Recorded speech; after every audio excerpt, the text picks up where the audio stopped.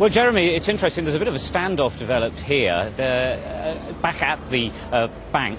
If we just go off and show you can see there's the backs of the police. There's thousands of protesters on the other side of those police. What's interesting is that many of them had actually left the area, but they were stopped and they were corralled and pushed back towards the Bank of England that you can see in the distance. It's confused here as to exactly what is going to happen to those protesters. As I say, there's thousands of them there. The plan, of course, of this demonstration was to bring the City of London to a standstill, and that was achieved. Thousands wanted to do it peacefully, but some wanted trouble, and they got it. The ancient streets of the City of London filled to the sounds of anger.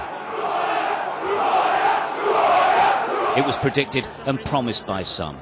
As thousands reached the Bank of England at its centre, it erupted.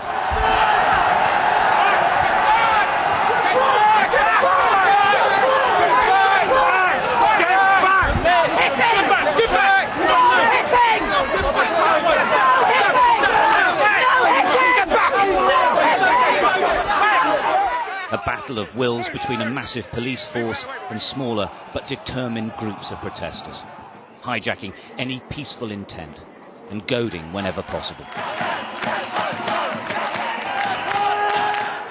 Bloodied men gesturing at the police. Crowds shouting in anger and unified chanting.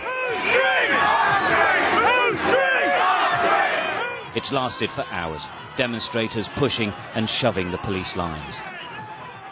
Some trying to get onto the Bank of England steps.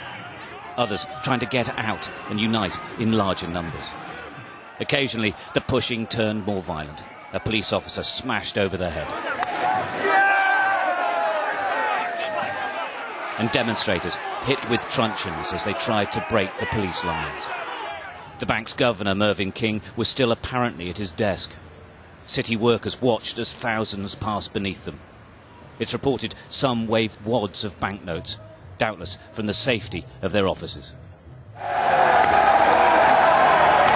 The Royal Bank of Scotland building fast turned into a symbolic target of the anti-capitalist demonstrators. It wasn't long before its windows were smashed. Demonstrators dancing through the shattered glass with glee.